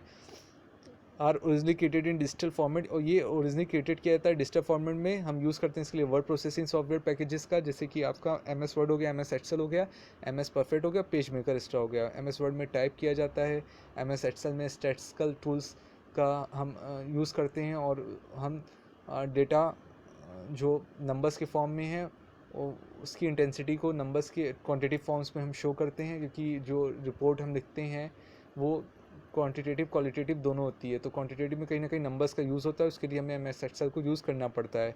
MS परफेक्ट भी यूज़ करते हैं, पेज मेकर भी यूज़ करते हैं पेज का सेटअप करने के लिए. अब नेक्स्ट पॉइंट पे आते हैं, जो कि ये virtual libraries. The term virtual library और लाइब्रेरी विदाउट वॉल, जो शब्द वर्चुअल लाइब्रेरी है, यह हम इसको लाइब्रेरी बिना दीवार के, क्योंकि लाइब्रेरी अमूमन दीवार सहित एक कमरे के बराबर होती है, एक कमरे के साइज़ में. Usually refer to the subject portals, ये यूजली रिफर करता है आपका विषय पोर्टल्स को, जो कि एक्सटेंड किया जाता है virtual accessibility of digital collections को, जो कि आपका एक्सटेंड है वर्चुअल एसेसिबिलिटी होती पहुँच होती है डिजिटल कलेक्शंस की. डिजिटल मतलब इलेक्ट्रॉनिक फॉर्म में कलेक्शन संग्रह है सेवरल डाइवर्स सोर्सेस का, अलग अलग जो डाइवर्स हैं, अलग अलग लैंग्वेजेस में, अलग अलग इंफॉर्मेशंस में, अलग टाइप्स की, अलग सेक्टर्स की. तो ये जो हो गया वो डाइवर्स आपकी सेवरल डाइवर्स सोर्सेज हो गया without the users even knowing, बिना यूजर्स को पता हुए भी where the resource actually resides, कि जो रिसोर्सेज हैं वो इंटरनेट पे कहाँ पे वो सिचुएटेड हैं. तो वर्चुअल लाइब्रेरी सबको एक जगह इकट्ठा कर देता है, जितने भी आपके ऑनलाइन सोर्सेज हैं, ताकि एक जगह पे ही आपको पूरी हर एक जो आपकी जानकारी मतलब किसी पर्टिकुलर सब्जेक्ट को लेके है, फील्ड की है या डिसिप्लिन की आपके एकेडमिक्स की है, वो आपको मिल जाए. अब virtual library could potentially be enormous. जो वर्चुअल लाइब्रेरी है वो आपकी पोटेंशियली ह्यूज होती है, बड़ी होती है. Linking is from all around the globe, और वो लिंक करती है पूरे ग्लोब को मिला के. वर्चुअल लाइब्रेरी जो होती है उसमें आप दुनिया भर की जो इलेक्ट्रॉनिक फॉर्म में जो बुक्स होती हैं उसको आप एक्सेसिबल कर सकते हो. वो कहीं से भी, किसी भी कंट्री का, किसी भी सिटी में, कहीं से भी आप उसको रिसीव कर सकते हो. आप कहीं मतलब कहीं आप ये कंपल्सन नहीं है कि आप एक पर्टिकुलर एरिया में या एक पर्टिकुलर कंट्री की ही जो बुक्स हैं उसी को आप एक्सेसिबल कर पाओगे. आप वर्चुअल लाइब्रेरी की हेल्प से आप पूरे ऑल ओवर द वर्ल्ड जितनी भी आपके इलेक्ट्रॉनिक फॉर्म में बुक्स अवेलेबल हैं, डेटा इंफॉर्मेशन अवेलेबल हैं, उन सबको आप एक्सेसिबल करके उसको आप रिसीव कर सकते हो. और it could be very small, ये बहुत छोटा भी हो सकता है, consisting of a few hundreds links, और इसमें कुछ 100 लिंक्स हो सकती हैं डिजिटल सोर्सेज की, मेंटेन बाय इंडिविजुअल. आप डिजिटल लाइब्रेरी थ्रू आपको हाइपर लिंक मिल जाएगी, हाइपर लिंक मिल जाएगी. उस हाइपर लिंक को आप एक्सेसिबल करोगे तो दुनिया भर में जितने भी आपके इलेक्ट्रॉनिक फॉर्म में लाइब्रेरीज़ हैं सब में आप सबके में आप एक्सेसिबल हो जाओगे. उसमें एक्सेसिबल होने के बाद आपको जिस पर्टिकुलर डिसिप्लिन की बुक चाहिए, आप उस पर्टिकुलर डिसिप्लिन पे आपको क्लिक करना पड़ेगा. क्लिक करने के बाद उससे रिलेटेड जितने भी डिफरेंट ऑथर्स की बुक हैं और जो भी लैंग्वेज में प्रोवाइड हैं, क्योंकि लैंग्वेजेस की बात करें तो ढेर सारी हैं, तो वो सब आपको प्रोवाइड हो जाएंगी. तो अगर आप इमेजिन करो तो कितना बड़ा है डिजिटल लाइब्रेरी का, काफ़ी कुछ कवरेज है, काफ़ी कॉम्प्रिहेंसिव वे में है कहा जाए तो। Next, electronic books. An electronic book as a portable hardware and software system. जो इलेक्ट्रॉनिक बुक है वो आपका पोर्टेबल है हार्डवेयर और सॉफ्टवेयर सिस्टम का, that can display a large quantity of readable textual information, जिसमें आपको डिस्प्ले होता है बड़ी मात्रा में quantity of readable textual information to the user, user को मिल जाती है, and let the user navigate through this information, और यूज़र इस इंफॉर्मेशन सूचना को नेविगेट भी कर सकता है, वो डायरेक्शंस भी दे सकता है, वो अपने हिसाब से स्क्रॉलिंग करके ऊपर नीचे आगे पीछे पढ़ सकता है। इसका बेस्ट एग्जांपल आपने अमेज़ॉन में इलेक्ट्रॉनिक बुक पढ़ा होगा, किंडल। किंडल आपका पब्लिकेशन आता है अमेज़ॉन में, वहाँ पे आप ऑनलाइन बुक रीड कर सकते हो। बहुत सी ऐसी वेबसाइट्स हैं जहाँ पे आपको फैसिलिटी वो प्रोवाइड करती हैं, आप वहाँ पे जाके कुछ सब्सक्रिप्शन कराना पड़ता है, वहाँ आप जाके सब्सक्रिप्शन कराओगे, सब्सक्रिप्शन करने के बाद आपको कुछ पेमेंट करना पड़ता है, तो आप जब सब्सक्रिप्शन करा लोगे तो सब्सक्राइबर हो जाओगे, तो सब्सक्राइबर हो जाओगे तो वो सब्सक्राइबर हो सकता है आपका 3 महीने का, हो सकता है वो आपका 1 महीने का, हो सकता है वो आपका 1 साल का हो। तो आप उसको कुछ छोटा सा पेमेंट है, उसको पेमेंट कर लोगे तो फिर वहाँ पे आप जितने भी डिजिटल फॉर्म में ई बुक्स के फॉर्म में उसको आप एसेसिबल करके उसको रीड आउट कर सकते हो अपने हिसाब से। आप उसको डाउनलोड भी कर सकते हो, साल में सिर्फ आप पढ़ना चाहते हो तो आप उसको भी पढ़ सकते हो। An e book is a digital reading material. E book आपका डिजिटल रीडिंग मटेरियल है that a user can view on a desktop, जो कि यूज़र अपने डेस्कटॉप पे व्यू करता है, देखता है, या नोटबुक पे देखता है, पर्सनल कंप्यूटर पे देखता है, या और अन्य डेडिकेटेड पोर्टेबल डिवाइस पे देखता है, या आप उसका खुद का अपना डेडिकेटेड पोर्टेबल डिवाइस जो उसने बना रखा है with a large storage capacity, जिसमें बड़ा स्टोर करने की कैपेसिटी है, क्योंकि उस कंटेंट को वो जो रीड आउट करता है अगर उसको अच्छा लगता है तो उसको डाउनलोड करने की फैसिलिटी भी उसको मिल जाती है। Next point, print on demand. Print on demand books are digitally printed from electronic files. जो प्रिंट ऑन डिमांड किताबें हैं वो डिजिटली प्रिंटेड हैं इलेक्ट्रॉनिक फाइल्स में by high quality laser printers. और ये जो आपका प्रिंट आउट करते हैं आप बुक्स को, ये आपका हाई क्वालिटी लेज़र प्रिंटर्स के थ्रू होती हैं। It is a process of replacing traditional paper media with digital print files. ये आपका प्रक्रिया है जिसमें आप रिप्लेस करते हो जो ट्रेडिशनल पेपर मीडिया है। ट्रेडिशनल पेपर मीडिया मतलब कि आप जाते हो फ़ोटोकॉपी कराते हो, फ़ोटोकॉपी कराने के बाद आपको उसका फ़ोटो ज़ेरॉक्स मिल जाता है जिसका आप फ़ोटोकॉपी कराते हो, तो वो आपका ट्रेडिशनल पेपर मीडिया हो गया। या आपका जो हार्ड कॉपी के फॉर्म में जो नोटबुक होती है, जो आप मार्केट में जाते हो, मार्केट में जाके आप बुक को परचेज़ करके लेके आते हो, वो आपका एक ट्रेडिशनल पेपर मीडिया हो गया। With digital print files, digital print files मान लीजिए 250 पेज की एक किताब है, 250 पेजेस की, उसमें आपको मतलब मान लीजिए 24 पेजेस प्रिंट आउट कराने हैं, तो आप अपने हिसाब से जो 24 पेजेस आपको चाहिए उस 250 पेजेस में से, तो वो आप प्रिंट आउट करा सकते हो और उसको आप ऑनलाइन स्टोर भी कर सकते हो। वो आपके मतलब का था, आपने पूरा उसको रीड आउट किया, रीड आउट करने पे आपको 24 पेजेस कहीं से कहीं हो सकते हैं। वो 24 ज़रूरी नहीं है कि डायरेक्ट पेज हो, कि 170 से लेके 194 तक पेज हो, ऐसा नहीं है। आपको हो सकता है शुरू के 5 पेज समझ में आए, फिर बीच में 5 पेज समझ में आए, फिर उसके बाद नेक्स्ट 5 पेज समझ में आए, फिर 5 पेज और लास्ट में 4 पेज समझ में आए। तो ऐसे भी हो सकता है, उसके हिसाब से वो सबको एक साथ स्टोर करके जगह पे सेव करके स्टोर करके रख लेगा। The it is a process और the print on demand method is quite new. जो प्रिंट ऑन डिमांड मेथड है वो क्वाइट नया है, and is a cost effective. ये कॉस्ट इफेक्टिव भी है क्योंकि इसमें खर्च भी नहीं होने वाला है। जो हार्ड कॉपी हम कराते हैं काफ़ी खर्च हो जाता है उसमें। And efficient way to print 1 copy at a time, और एक एफिशिएंट वे है, सिर्फ 1 कॉपी एक समय पे प्रिंट होती है। Printing becomes a demand process. Printing जो है एक डिमांड मतलब मांग की प्रक्रिया होगी, where the end user determines the requirement for printed copies. जहाँ पे जो एंड यूज़र है, जो उपयोग करने वाला है, वो निर्धारित करता है क्या उसकी आवश्यकता है प्रिंटेड कॉपीज़ की। Print on demand technology is the ability to create a single document from a variety of different file formats. Print on demand technology आपका योग्यता है क्रिएट करना एक सिंगल डॉक्यूमेंट को ढेर सारे अलग भिन्न प्रकार के अलग फाइल फॉर्मेट्स में। भिन्न प्रकार के अलग फाइल फॉर्मेट्स की बात अगर हम करें तो यहाँ पे अगर आपको पता है एमएस ऑफिस में एमएस वर्ड होता है, एक्सेल होता है, पावर पॉइंट होता है, एमएस एक्सेस होता है, तो इनका जो एड्रेस एक्सटेंशन होता है वो अलग होता है, तो फाइल फॉर्मेट्स अलग हो गई। कोई एमएस वर्ड का जो फाइल एक्सटेंशन है वो .doc है। एक्सेल का जो फाइल एक्सटेंशन है, फाइल एक्सटेंशन मतलब एड्रेस है, वो .xls है।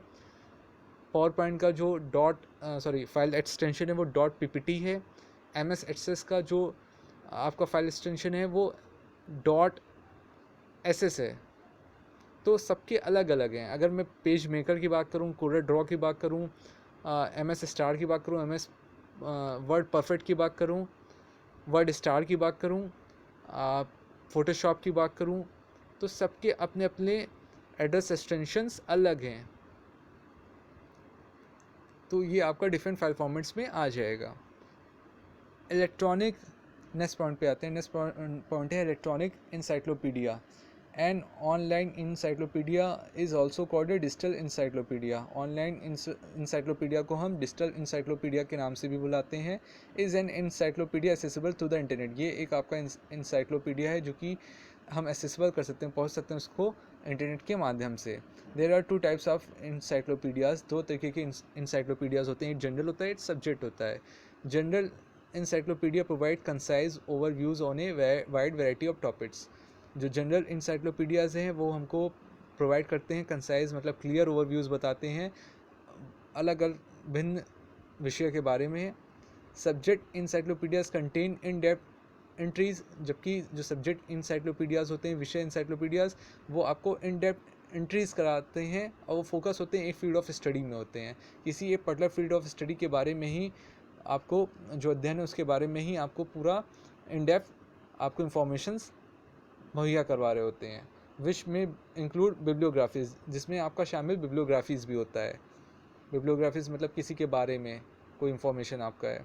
The idea to build a free encyclopedias using the internet can be traced at least to the 1994 Interpedia proposal. जो आइडिया था बनाने का फ्री इंसाइक्लोपीडिया का और इंटरनेट के माध्यम से, ये सबसे पहली बार इसकी बुनियाद रखी गई थी 1994 में इंटरपीडिया प्रपोजल के तहत। इसके बारे में विचार विमर्श किया गया था, इसके बारे में सोचा गया था। It was planned as an encyclopedia on the internet to which everyone could contribute materials.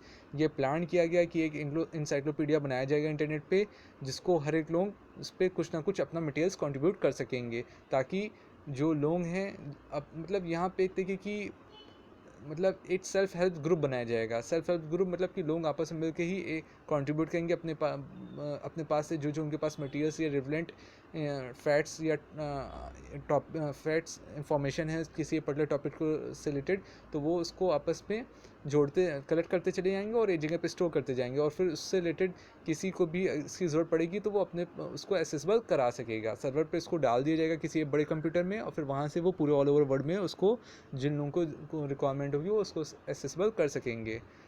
Then next point, biographies. Biographical sources provide information about people considered important in various disciplines। Biographical sources जो स्रोत हैं वो आपको सूचना देते हैं लोगों के बारे में जो कि बहुत ही महत्वपूर्ण है अलग अलग डिसिप्लिन को लेके, एरियाज़ को लेके।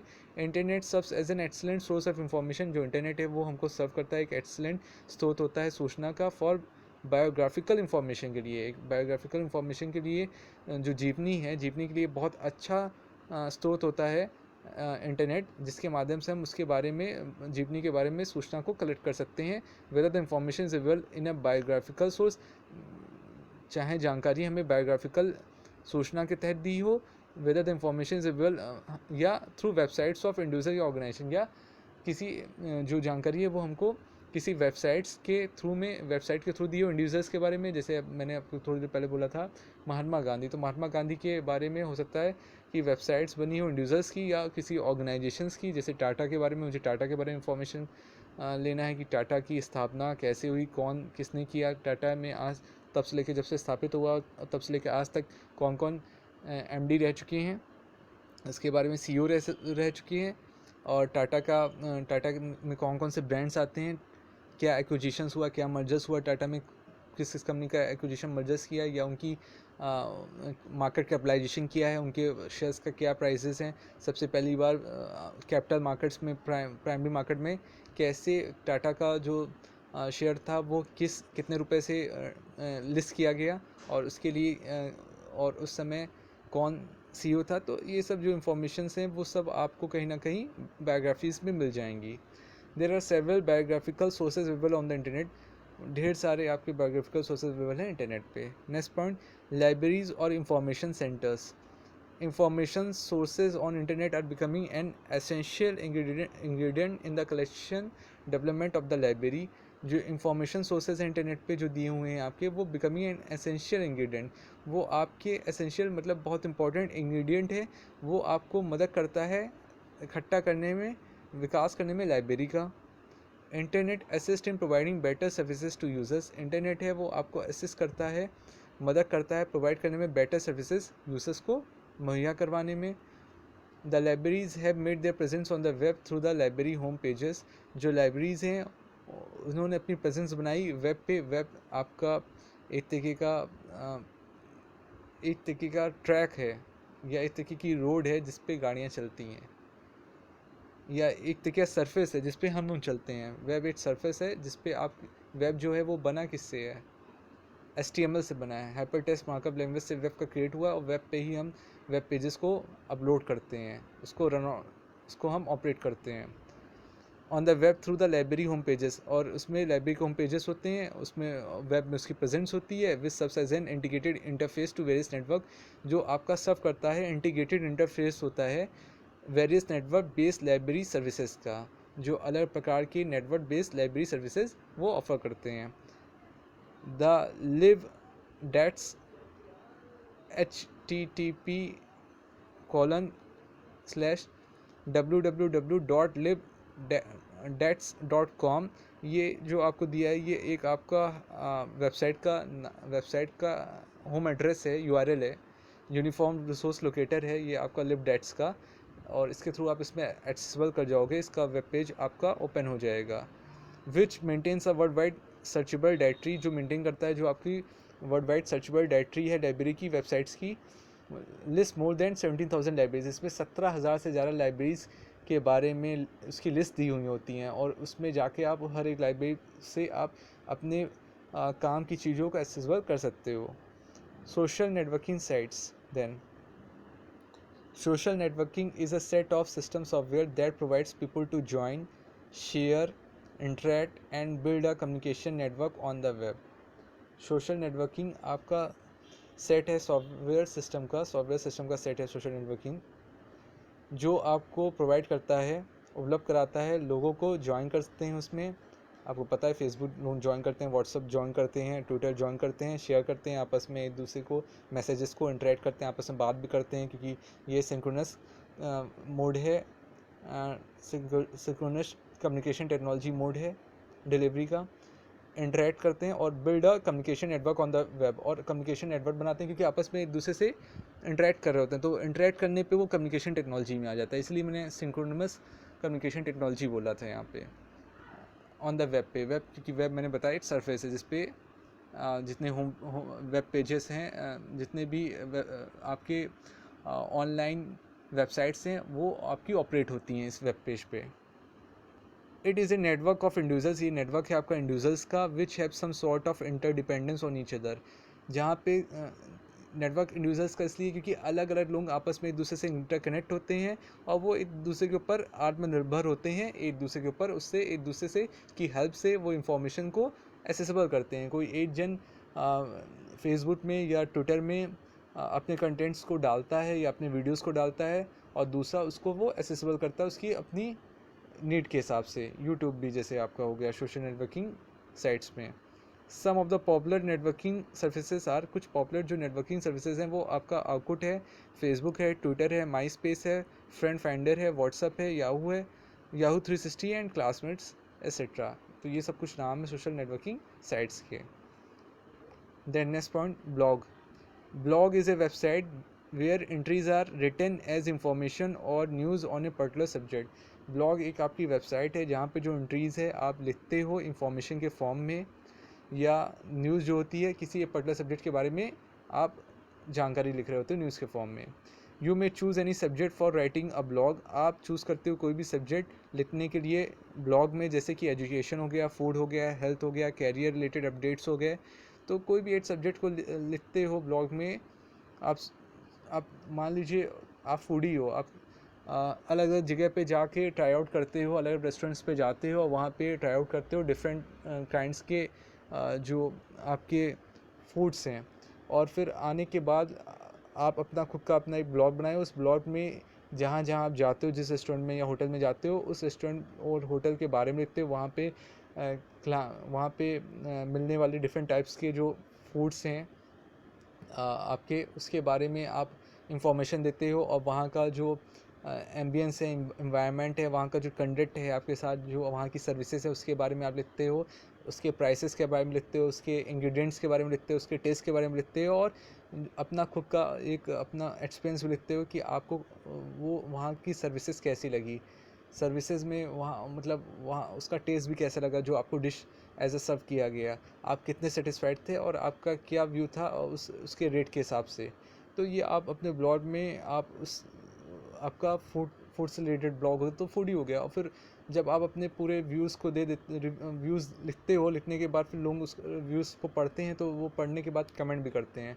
तो ब्लॉग इस तरीके से काम करता है, किसी के लिए वो यूज़फुल इन्फॉर्मेशन होती है। मान लीजिए बाहर से इंसान आया है, आउट ऑफ सिटी से, कोई मुंबई से आया है, मगर वो ब्लॉग काफ़ी पढ़ता है, वो भी एज अ ब्लॉगर है, और वो ब्लॉग कहीं ना और आपके वो कहीं आपके ब्लॉग से जुड़ जाता है, तो कहीं ना कहीं उसको बहुत रेलिवेंट और बहुत यूज़फुल इन्फॉर्मेशन मिल जाएगी, और जिससे वो यहाँ पे आके अपने को क्लिमेटाइज अकस्टम कर लेगा, और यहाँ पे कहाँ पे अच्छा अच्छा उसको खाना मिल सकता है या चीज़ें उसको प्रोवाइड हो सकती हैं, उससे उसको पता चल जाएगा। और इस तरीके से लोगों के अंदर इंफॉर्मेशंस डेवलप होती, कंस्ट्रक्ट होती जाती है, और वो इस इंफॉर्मेशन का यूज़ अपने बेनिफिट के लिए भी कर पाते हैं।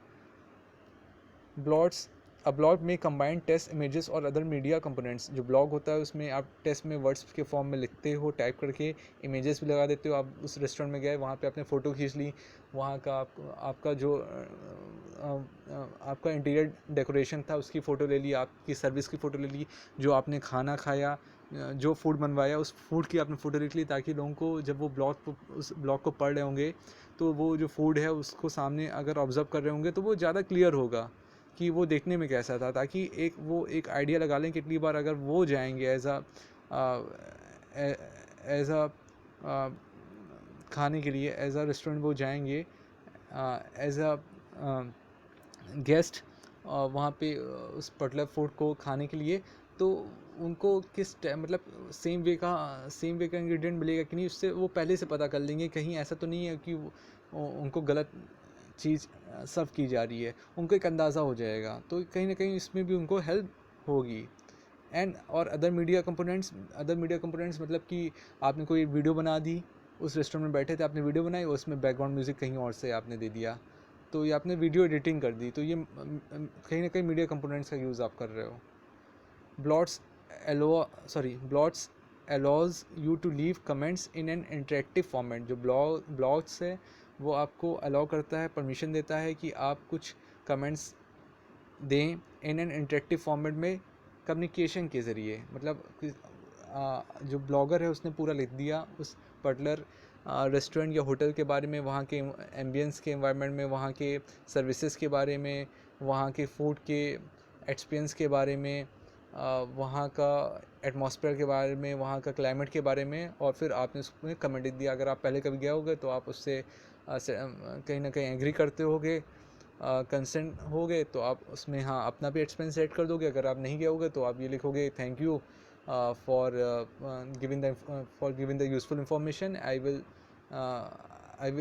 Must go in future.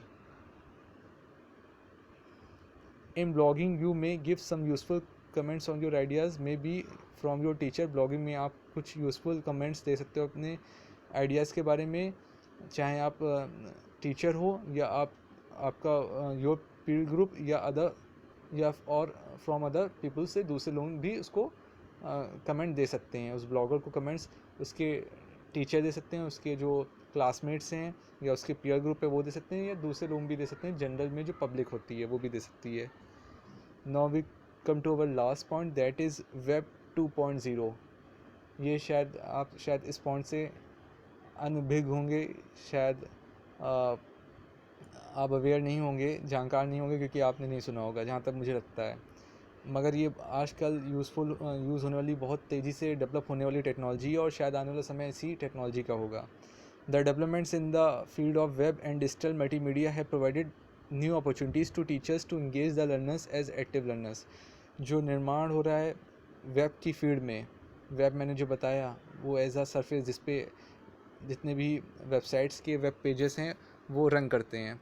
And digital multimedia जिसमें ढेर सारी मीडिया का यूज़ एक साथ होता है। जैसे फेसबुक है वो आपका डिजिटल मल्टीमीडिया है, यूट्यूब आपका डिजिटल मल्टीमीडिया है, क्योंकि यूट्यूब में आप वीडियोज़ देख भी लेते हो, ऑडियो सुन भी लेते हो, उसमें चेंजेस भी कर लेते हो, उसमें एनिमेशंस भी ले आते हो।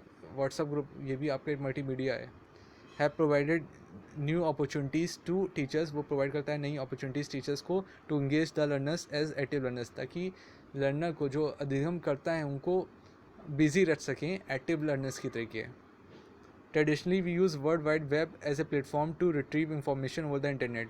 पहले के समय में हम वर्ल्ड वाइड वेब का उपयोग करते थे और वो एक तरीके का प्लेटफॉर्म होता था जिससे हम जानकारी को, सूचना को रिट्रीव करते थे, हासिल करते थे इंटरनेट के ओवर द इंटरनेट के माध्यम से। The term web 2.0 was first use in 1999 by Darcy DiNucci. जो टर्म वेब 2.0 है सबसे पहली बार यूज़ किया था डार्सी डी नुस्सी ने। Web 2.0 is a place where the users मतलब टीचर, स्टूडेंट्स एंड एनीवन, कोई भी हो सकता है, could read and write. Web 2.0 एक प्लेस है, एक जगह है जहाँ पे जो यूज़र्स हैं, यूज़र्स कौन हो सकते हैं, जो यूज़ करने वाले हैं वो टीचर्स भी हो सकते हैं, वो स्टूडेंट्स भी हो सकते हैं, वो कोई भी हो सकता है, वो पढ़ भी सकता है और लिख भी सकता है। The communication and interaction in web 2.0 is bidirectional. जो कम्युनिकेशन है, संप्रेषण है, इंटरेक्शन है, अंतर किया है वो वेब 2.0 में वो बाईडायरेक्शनल है, मतलब दोनों तरफ से है। मतलब जो यूज़र है वो लिख भी सकता है और जो रिसीवर है वो रिप्लाई भी कर सकता है। बाईडायरेक्शनल मतलब एक सेंड करेगा तो दूसरा उसको रिसीव करेगा, दोनों तरफ से कम्युनिकेशन हो सकता है। जो दो लोग हैं, एक इधर एक उधर, अलग अलग जगह पे, वो एक दूसरे से इंटरेक्ट कर सकते हैं वेब पे, जबकि पहले पुराने समय में ऐसा नहीं होता था। मगर वेब 2.0 में ये चीज़ पॉसिबल हो पाई है कि ये आपका बाई डायरेक्शनल है। जबकि वेब 1.0 या सिर्फ वेब बोलेंगे तो वो आपका यूनिडायरेक्शनल था, मतलब वो सिंगल डायरेक्शनल था, वो एक ही जन उसमें आपका वो एक तरीके का कह सकते हो आप ऑथोरिटेटिव था। ये डेमोक्रेटिक है, वो ऑथेंटिक है। The communication interaction in web 2.0 is bidirectional. It has taken the education delivery to the next level. इसने एजुकेशनल जो अधिगम डिलीवरी है उसको नए स्तर पे ले गया एडवांसमेंट में। Way content can be generated online through collaboration, जहाँ पे जो कंटेंट है उसको हम जनरेट कर सकते हैं, ऑनलाइन बना सकते हैं, निर्माण कर सकते हैं कोलोब्रेशन करके। कोलोब्रेशन मतलब एक साथ मिलजुल के, by gathering together. It is an innovative platform where the creative minds meet and discuss और share ideas। ये एक इनोवेटिव प्लेटफॉर्म है, एक नया प्लेटफॉर्म है जहाँ पे क्रिएटिव माइंड जो कि अलग सोचते हों, मीट एंड डिस्कस मिलते हैं और डिस्कस करते हैं, विचार विमर्श करते हैं और शेयर करते हैं अपनी आइडियाज़ को। Web 2.0 is the second generation of world wide web.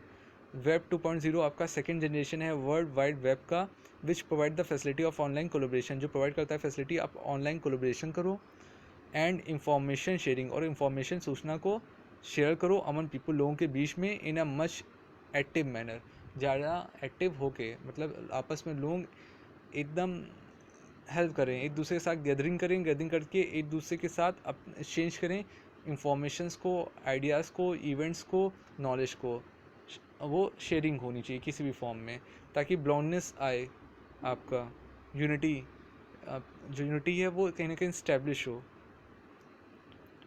In web 2.0 the user himself herself can use web as a platform.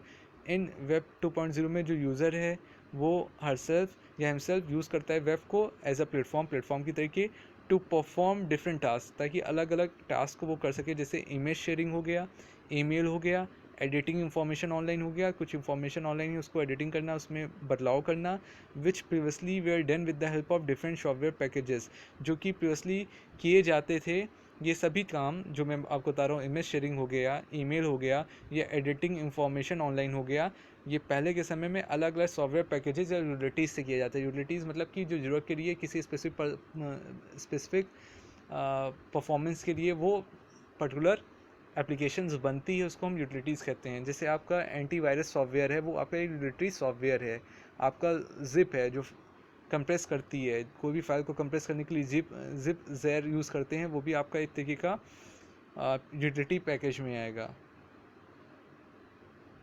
तो डिफरेंट सॉफ्टवेयर पैकेजेस का हम पहले यूज़ करते थे, मगर अब हमको डिफरेंट सॉफ्टवेयर पैकेज का यूज़ करने की कोई रिक्वायरमेंट नहीं है। यही काम हम वेब 2.0 में भी कर सकते हैं। उसके लिए हमें डिफरेंट सॉफ्टवेयर पैकेजेस को इंस्टॉल करने की कोई रिक्वायरमेंट नहीं है, क्योंकि उससे हमारी कहीं ना कहीं काफ़ी कुछ प्लेटफॉर्म्स, काफ़ी कुछ ढेर सारी चीज़ों को एक साथ रन कराना पड़ता था, एक ही समय कराना पड़ता था। तो इससे भी कहीं ना प्रोसेसिंग पे कहीं ना कहीं इस पर असर पड़ता है। जो प्रोसेसिंग होती है वो धीमा हो जाता है। एक ही समय पे अगर आप 3-4, क्योंकि आप पढ़े हो कंप्यूटर में एक फीचर होता है वर्सेटिलिटी। वर्सेटिलिटी ये बताता है कि एक ही समय पे आप 5-6 चीज़ों को कंप्यूटर में ऑपरेट कराते हो, मगर ये डिपेंड करता है आपका प्रोसेसर कितना अच्छा है। जितना अच्छा प्रोसेसर होगा उतना ही आपका चांसेस है कि वो हैंग नहीं करेगा और काफ़ी तेज़ी से वो प्रोसेस भी करेगा इंफॉर्मेशंस को। तो ये चीज़ पहले नहीं हो पाता था। इसके लिए हमको अलग अलग प्रोसेसर्स की, अलग अलग पैकेजेस की की को यूज़ करना पड़ता था, उसकी ज़रूरत पड़ती थी। Now the user can interact and contribute to the web pages of other people or organizations instead of simply reading them. मगर अब जो यूज़र है वो इंटरेक्ट कर पाता है, इंटरेक्ट मतलब अंतर किया कर पाता है, कम्युनिकेशन एक्सचेंज और आइडियाज़ को आपस में शेयर कर पाता है और contribute to the web pages, और अपना योगदान दे पाता है वेब पेजेस में, वो भी दूसरे लोगों के या दूसरे ऑर्गेनाइजेशन के, संस्थान के, instead of simply reading them, बजाय इसके रीडिंग करने के। जैसे मैंने आपको थोड़ा सा पहले बताया था कि आज के समय में ये जो वेब है, इसमें हम रीड और राइट दोनों कर पा रहे हैं। Web 2.0 is a place where the user, teacher, students and anyone could read and write. ये वो आपका पेज है, ये वो जगह है जहाँ पे जो यूज़र्स हैं, मतलब टीचर्स हैं, स्टूडेंट्स हैं, और कोई भी हो, वो रीड और राइट दोनों कर सकते हैं। जबकि अर्लियर जो वेब आता था, अर्लियर वेब चल रहा था, जो वेब सिंपल वेब बोल सकते हैं, या वेब 1.0, तो वहाँ पे आप सिर्फ रीड कर पाते थे, राइट नहीं कर पाते थे। ये उसी तरीके है, एक आपकी जो आपकी सीडी आती है, 8 सीडी रीड आती है और 8 सीडी रीड एंड राइट दोनों आती है। तो जो सीडी रीड आती है उसमें एक बार अगर डाटा आपका स्टोर है, तो वो डाटा को आप उसमें चेंज नहीं कर सकते हो, उसमें उसको आप इरेज करके उसमें नया डाटा आप नहीं डाल सकते हो। जब आप सीडी चलाते हो तो उसको रीड करना कहते हैं, मगर उस सीडी को चलाने के बाद उसमें जो भी इंफॉर्मेशन होती है उसको अगर आपने डिलीट करने के बाद उसमें आप नई इंफॉर्मेशन को डालते हो तो उसको राइट करना कहते हैं। तो ये जो राइट करने की जो फैसिलिटी थी वो वेब 1.0 में नहीं थी, जबकि वेब 2.0 जो इस समय आया है नया, जो आपका मॉडर्न आपका डेवलपमेंट है टेक्नोलॉजी का, यूज़फुल डेवलपमेंट, उसमें आपका रीड के साथ राइटिंग करने की भी फैसिलिटी है। और राइटिंग करने से क्या होता है, अगर कोई भी चीज़ें गलती है तो जो यूज़र हैं उसमें वो करेक्शंस कर सकते हैं, वो एडिटिंग कर सकते हैं, और उससे वो ज़्यादा यूज़फुल हो जाएगी। वो पर्टिकुलर आपकी इंफॉर्मेशन या पर्टिकुलर आपका जो आपका वेबसाइट्स है या जो भी ऑनलाइन कंटेंट है, वो उसकी एफिशिएंसी और इफ़ेक्टिवनेस उसकी बढ़ जाएगी। तो इस तरीके से वेब 2.0 भी कहीं ना कहीं आपको हेल्प कर रहा है। ये भी आपका एक सूचना संसाधन है जो कि इंटरनेट प्रोवाइड कराता है। तो इसी के साथ आपका ये जो पार्ट है internet as an information sources, तो इसका एक पार्ट ख़त्म हुआ। कल मैं जब आपकी क्लास लूँगा तो मैं बात करूँगा advantage of internet in education, शिक्षा में इंटरनेट के लाभ, उसके बारे में बात करेंगे। तो thank you to all of you जो आपने इतनी पेशेंस के साथ सुना, और कल जब हम मिलेंगे तो एक नए वीडियोस के साथ फिर से मुलाकात करेंगे। तो thank you so much for watching this video. We will meet next time.